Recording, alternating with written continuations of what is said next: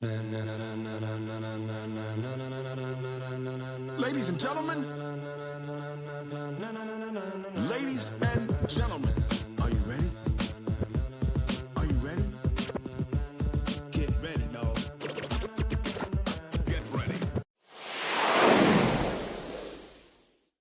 Thanks for joining us for another episode of the Rocket Networker.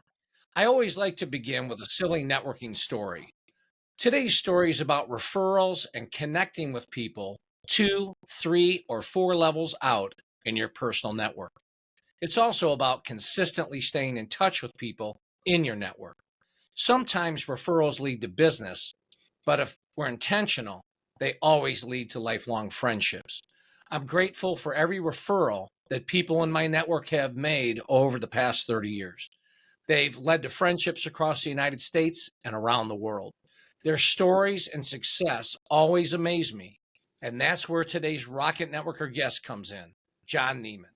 Jon is the head of investments for G42 in Abu Dhabi in the United Arab Emirates.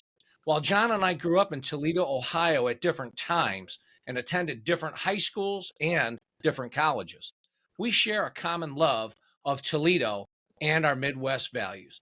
Jon, thanks for making time in your busy schedule to join us on the Rocket Networker podcast. Oh, Welcome. thank you. Thanks for having me, Rick. It's a pleasure. So let's start off this way. Tell us what it's like, Jon, to live in the United Arab Emirates. Well, I've loved it. It's been an amazing journey, and one that I probably wouldn't have picked for myself because we came to the UAE by way of Saudi Arabia, and so it's been an interesting journey. But now we've been in the region for 12 years in total, which is Wow. amazing. That's great. Now let's back up. You said Saudi Arabia. So what took you from the United States to Saudi Arabia? Well, like I said, it's probably one that we wouldn't have picked for ourselves, but it's life has a way of getting you into a place where you get to an openness of considering other options. And life had certainly taken us down a path where we ended up in such a situation post GFC, the financial crisis. I was out on my own with a former business colleague, and that worked until it didn't work. And when it didn't work, received a call from a recruiter about a role with Saudi Aramco. And the recruiter, although the posting had said Houston, Texas, he said, this job's in Saudi Arabia, don't you? I said, no, I didn't know that, but I'll call you back. And then had the awkward conversation of, honey, what do you think about moving to Saudi Arabia? So we decided to throw our hat in the ring and give it a whirl. And, here we are 12 years later. So, wow, that's cool. Yeah. So now when you were in Saudi Arabia, you said you were working for Saudi Aramco, the oil company there? That's correct. Yeah. I spent 6 years. So that had to be kind of interesting. I mean, that was incredible because it was a different time and a different place and totally different than anything that we would have experienced growing up in Toledo, for sure. So, right. So we, you consider from 2011 until now the change that Saudi Arabia has seen. We saw the rise and disappearance of ISIS. We saw the rise of MBS, the leader there, who has made some great changes for the country and brought women's rights and different things in different ways, much needed change. And so, and the listing, the Aramco going public, all of that, we had experienced different pieces of history, just for the years that we were there. What part of Saudi Arabia did you live in?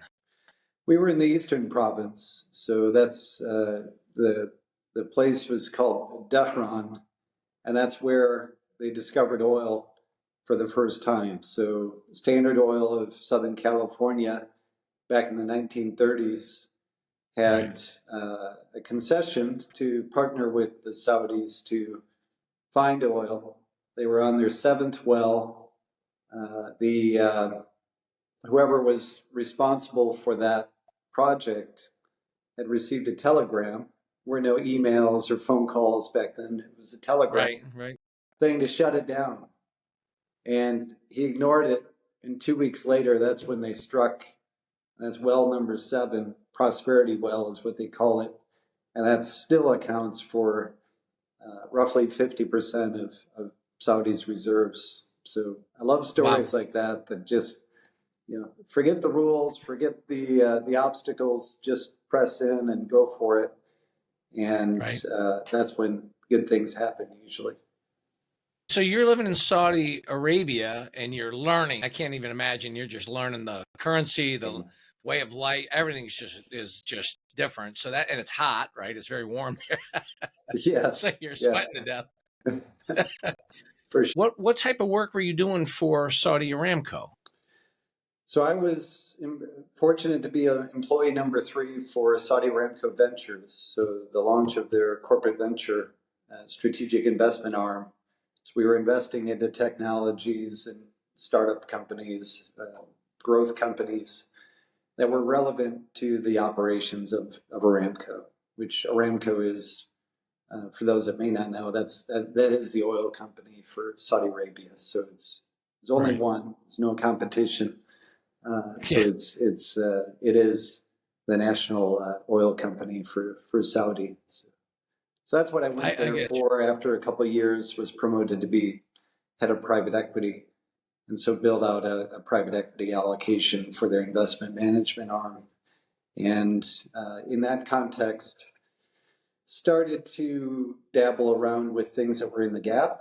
I thought a lot of the disturbance in the markets were going to happen a little sooner, so I began to look at things that were less correlated to the market, things that were downside protected, offered a little more yield, exposure, etc.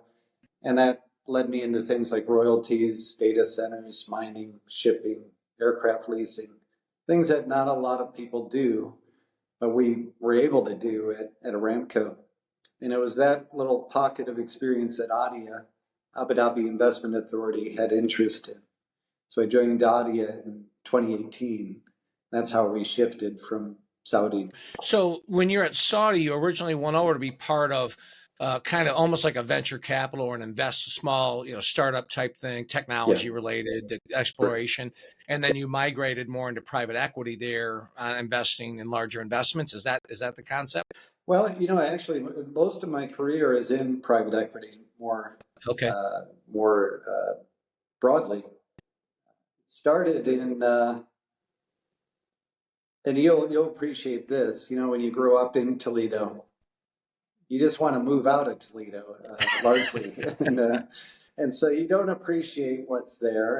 And so it was one of these scenarios where I had a really good friend whose dad had worked at Owens, Illinois, and he got me a role, helped me get the role with a group called the Harbor Capital Advisors, which was a subsidiary of Owens, Illinois, that ran their pension plan along with Libby Glass and a couple of other companies.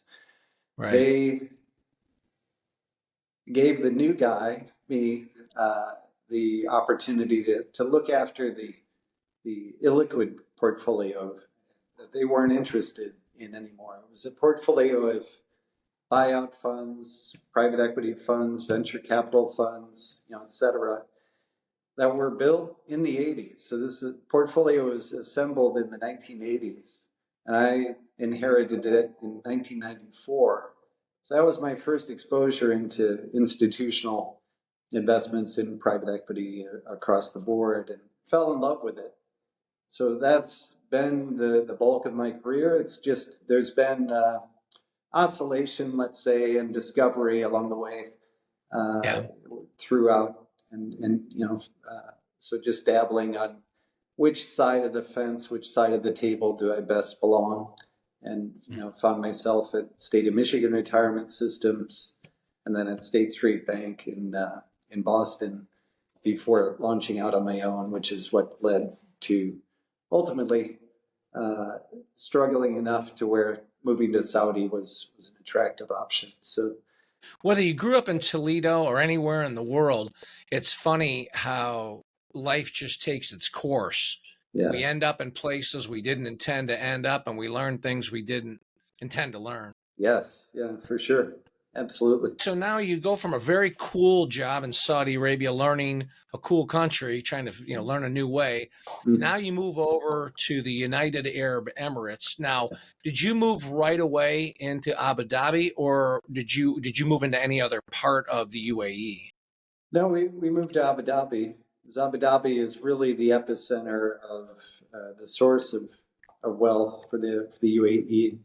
That is where the national oil company is here. So it's the oil company that produces the wealth, which feeds the sovereign wealth funds, of which we have probably close to $3 trillion, I think, if you were to add it all up, of Wow. national assets under management through groups like Mubadala, ADIA, ADIC, ADQ, et cetera. So there's a Right. number. So G42, the current company you work for, that sounds like it's a holding company. Is that what it is? It's holding other companies underneath it, or is it an operating business? It's really it's both. So the G42 is a little bit of another animal, and I've been with G42 now for about 2 years, and that is let's call it in the ecosystem, but we're not a government entity. It's an operating company. In fact, we have Okay. shareholding from Silver Lake, which is a large private equity firm in the U.S., and Gotcha. Mubadala, and both of them are on the board. But it started with 22 people in 2018, a couple of legacy businesses that were, AI and cloud computing and things like that. When I joined 2 years ago, it was 2,200 people, Wow. and now it's over 22,000 people. So ridiculous amounts of growth, but Right. Is that coming from mostly acquisition? They're going out and buying companies? it's a combination of mergers. There are some acquisitions there as well, and certainly organic growth as well. Very, very interesting. All right. So now we've got this background of where you're at and where you've been the last 12 years. Very cool. We can go on, and we probably will go on in another podcast about that, because I can see, me, man, I can sit here and ask questions because I love to learn about people's background. But what I want to do with the audience is, we've already been doing it here in our conversation, but we talk at the Rocket Networker about the threads of connectivity, the little things that pull us together, the non-work things, right? The things about hometown and high school, college, and just volunteerism, family, things that pull us together. So let's go back in town. We talked about you being from Toledo. Whereabouts in Toledo? Like, where'd you grow up? What part of town? Where'd you go to high school? Take us way back in time. Sure. Yeah, so I grew up in Temperance, Michigan, so just over the line. So you have to give me a little grace, but right at Lewis and Dean in Bedford. My dad still lives in the house that we grew up in, and so we had a great upbringing, great family, great parents, and great neighborhood that we enjoyed. He was a tool and die maker in Toledo, Okay. and so worked for years and years for a company that was subcontracted by many of the glass companies and auto companies, and helping solve problems related to their processes. So, Do you have any siblings in the family? I have two older brothers. Yeah. So one Now, is did in they? North Carolina at Duke University, as he's on part of the faculty there. And then my oldest brother is now with Best Buy as director of data analytics for Best Buy corporate, but located Nice. in Dundee, Michigan. So Oh, close that's by. cool. That's good. Where'd you go to high school at? Went to Bedford High School. I got you. All right. So Graduated in you're 1989. Okay, so 1989 from Bedford High School. Now, talk about high school experience. So were you involved in the band or sports or chess club, or were you involved there, or did you kind of just go to school and head home? No, I was involved. I played two sports, so baseball and football, I got you. and enjoyed that. Um, wasn't as good as I perhaps thought I was, but enjoyed it and made the most of it. For baseball, I went on and played post, not in college, but more of a junior league, I guess, if you will. Like So a played club, until I like was like like 22, a club. club league. Yeah. Yeah, yeah. Yeah, I gotcha. All right, so now you're at Bedford, you're doing the sports thing. Now, when you got to senior year, talk about that a little bit. What were you thinking about? Were you thinking about military or skilled trade or college or none of the above? I mean, let us into your mind a little bit. What were you thinking? I was thinking college. College was definitely always part of the path, and then it was a matter of okay, what do I want to do? So Right. teaching was one option. Finance was another option. Finance slash business. I thought a finance degree would help. You know, if I wanted to be an entrepreneur, if I wanted to general management. You know, it's important to understand the finances. So I chose finance. But the third option that I liked was sports medicine. So Okay. in terms of more the science behind training and nutrition and things like that. That's kind of interesting. Let me tell you, you were forward thinking. If that was in 1988, 89 time frame, Mm. sports management and those nutrition, those things with athletes, it was kind of new frontier at that point, Yeah. right? That didn't really come on the scenes till late in the 90s, right? No, it really didn't. And in fact, some Mhm. of the things that we were learning back then, because I still was enough of a hobbyist and still followed it quite a bit, but things that were innovative then are just now rolling out into the mainstream in terms Right, of different right. That's kind of techniques neat. and Right. So you're thinking about college and you've got these different options for career paths. What what colleges did you look at? Did you just kind of fixate on one or did you look at a multitude of them? I looked at a multitude. I had too much fun in high school and learned the art of networking and social media, I guess, before it was a thing. Back when it was just a telephone, right? That was Right, our form of exactly. media. But so I had good grades. I had just enough to keep my parents at bay, but not good enough to get into Michigan or a really more premier school in the area. So that kind of narrowed my field a little bit because both of my brothers went to University of Michigan, and I knew I didn't have the grades to I quite gotcha. make that cut, but so chose Eastern Michigan is where I ended up getting my degree. All right. So you want to Eastern Michigan. Now, for those that are on the Rocket Networker podcast that are University of Toledo Rocket fans, please don't tune out now because John went to Eastern Michigan. We have to remember that Eastern Michigan is part of the Mid-American Conference and part of MACtion. So we have to stay tuned in now. Let's not lose control here on the podcast just because John's from Eastern Michigan. And I married a rocket. So my wife got a biomedical engineering degree from the University of Toledo and Wow. grew Okay. up. All right. So now let's talk about your wife for a second. So where did you meet? Did you meet in high school or college or after college? We met after college. Yes, yeah. I got you. Okay. But she's a rocket. She's a rocket through and All through. right. All right. So that's even more of a reason to stay tuned in because you've married into the Rocket Nation. That's right. Yeah. So I was smart enough to find her, right? Hey, at least they taught you something of value at Eastern Michigan, right? Marry up for sure. And marry a rocket, right? I mean, hey, that's awesome. Now, is your wife from the Toledo area or is she from another part of Ohio or Michigan? Yeah, she grew up just about a mile away from the old Willie's plant, so Oh, okay. on North Haven, so in that I got neighborhood. you. Mhm. Okay, so now we're in Eastern Michigan, and we'll get back to your wife and that next step. But Yeah. what? So were you involved at Eastern Michigan? Did you get involved on campus as a student? Active student leader.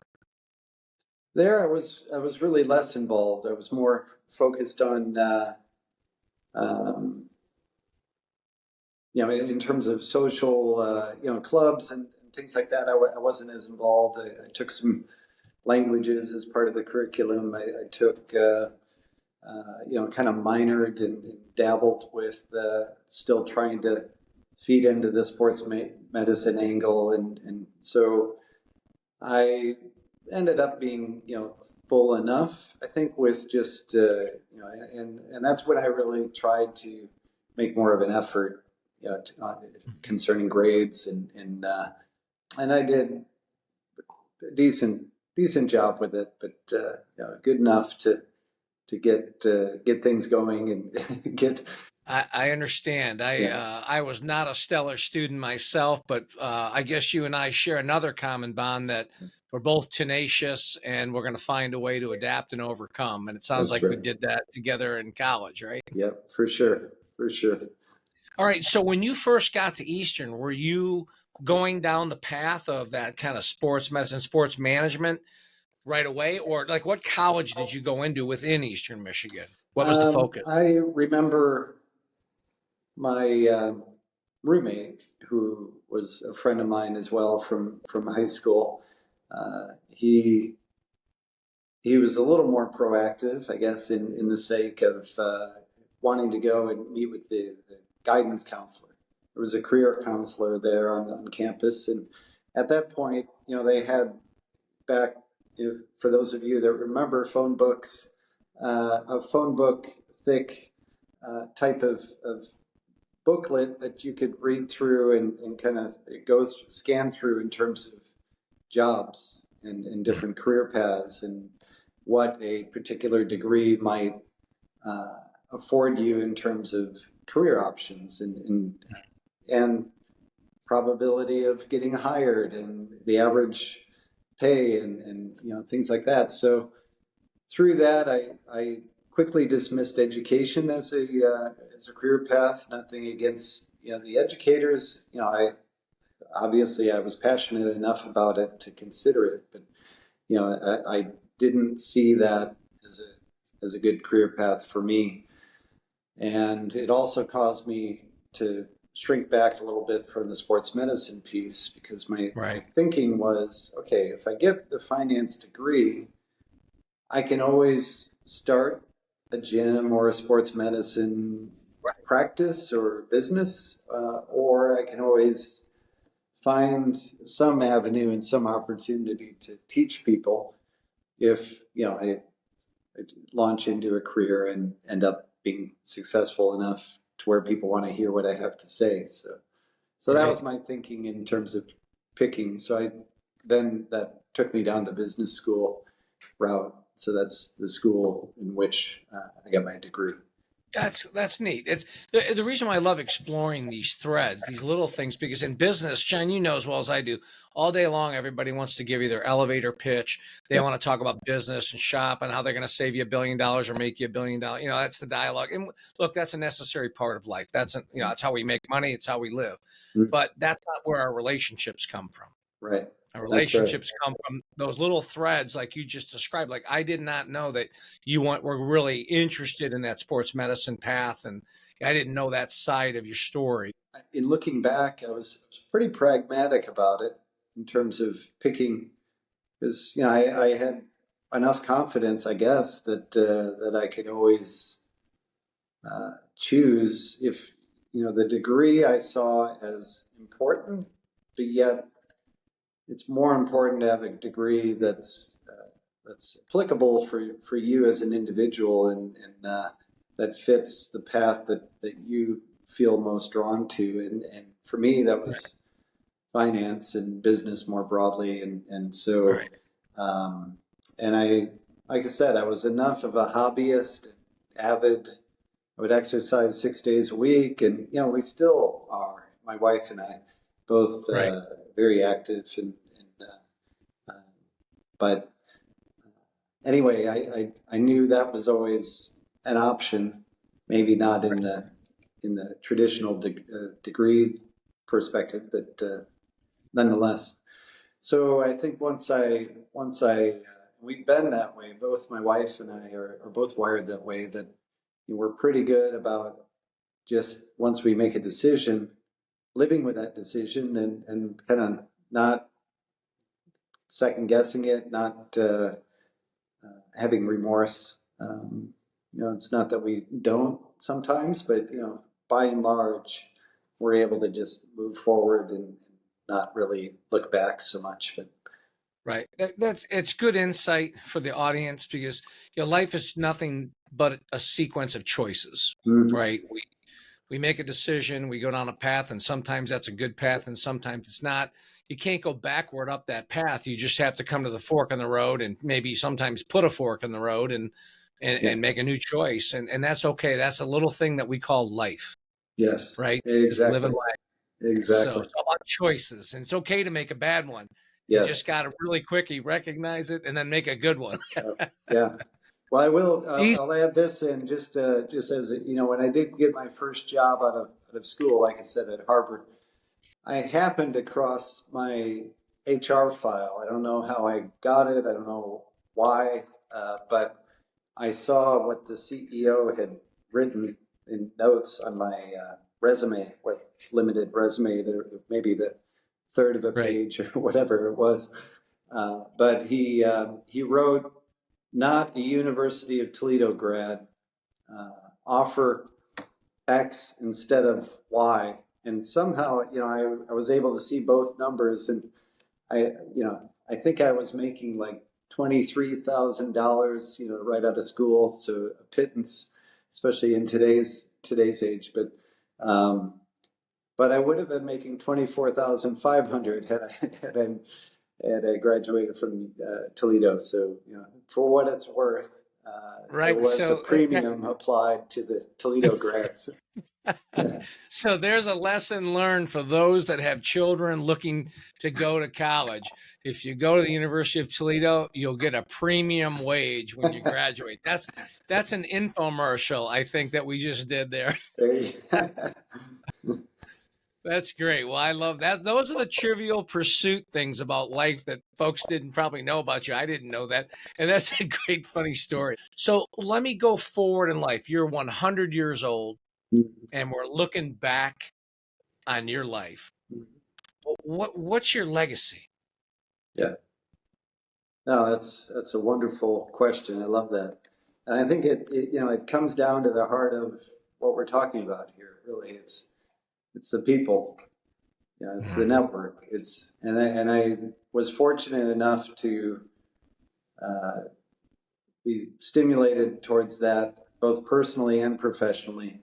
It kind of converged at a similar time frame where I realized nothing's worth anything if you don't have the connectivity with the right people and the people that you can contribute into, but also that are enriching and not that you're looking to take, but usually if you sow into the network, it comes back. And so I believe wholeheartedly in reaping and sowing and reaping, and the value of that. And so I see that and learned early enough that that's certainly applicable into relationships. That the more you pour into them, that the more value there is in that. And so that's at 100 years. I would hope that that's the legacy, is that there's enough people that were at least impacted by some element of my life, hopefully more personally than professionally, but Right. that I've left a mark and left some value, uh, rather than just clocking in and out every day and going home. So do you one kind of last question. Do you see when you look out that far in your life, do you see yourself and your wife staying in the Middle East and working and eventually even maybe retiring there? Where do you, have you thought out to that next level of where things are heading? Yeah, no, it's a great question. And it seems like with every one of those pivot points that I described over the last 12 years, there's been this off ramp temptation of coming back to the States. And certainly there's a draw to that. There's things that we miss about living in the U.S. It's a great country.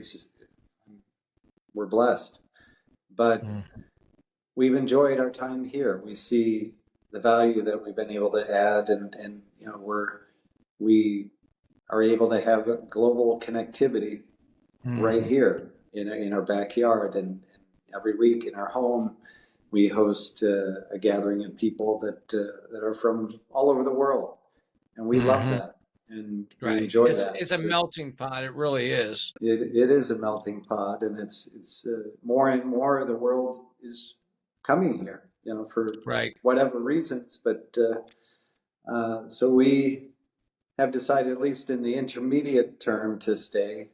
Longer term, I don't know. I don't like the idea of retirement at this point. Yeah. I think I kind of like this podcast idea that's going on. So I know I seriously doing and staying active, I think is always going to be part of my activity, no matter what age. And so I don't see us settling down. So no matter where we end up, it'll have to be near a significant enough airport to get us around. So I think that's important as well. I'm a little envious that you've had the last 12 years to explore that part of the world, and there's just so many great things. And the other thing, before we wrap the podcast up, there are about 150 Toledoans and or University of Toledo alumni that live in the United Arab Emirates. Yes. One's recently moved there in the past 6 or 7 months. Pete Travnicek is a University of Toledo alum. He actually moved into Abu Dhabi, and I'm not sure if you two have connected yet. We did connect, and we met, and actually, I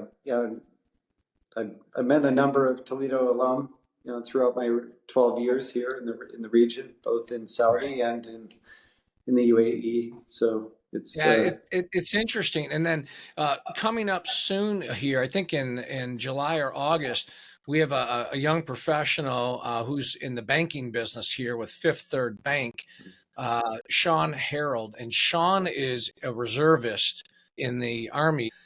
He is doing a 1-year program with the military in the UAE, and he and his wife will be there, and we'll make sure we make the connect with you and host them a little bit and introduce them to some other Toledoans and UT grads that are there in the UAE. Just a wonderful, wonderful rising star in the banking community here in Northwest Ohio. So Toledo, all roads lead through Toledo, Ohio, right, John? It does, absolutely. The heart of it all. Even in the UAE. Even in the UAE, absolutely. There you go. Yeah. So, John, thanks for making time. I really, really appreciate your time to share your journey with us. Oh, I enjoyed it. Enjoyed it very much. And likewise, happy to carry on another time. But yeah, I wouldn't want to do that to your audience either. Well, hey, you know what? There's so many threads of connectivity. I think the audience will be intrigued to go further into many aspects of what you've brought up today. Good. So that's it for this episode of the Rocket Networker podcast. And remember, at Rocket Networker, we believe that it's time to launch connections to ignite your success. The key question is, are you ready? To schedule a Rocket Networker training program or keynote speech, go to rocketnetworker.com. It's time to launch connections to ignite your success. Are you ready?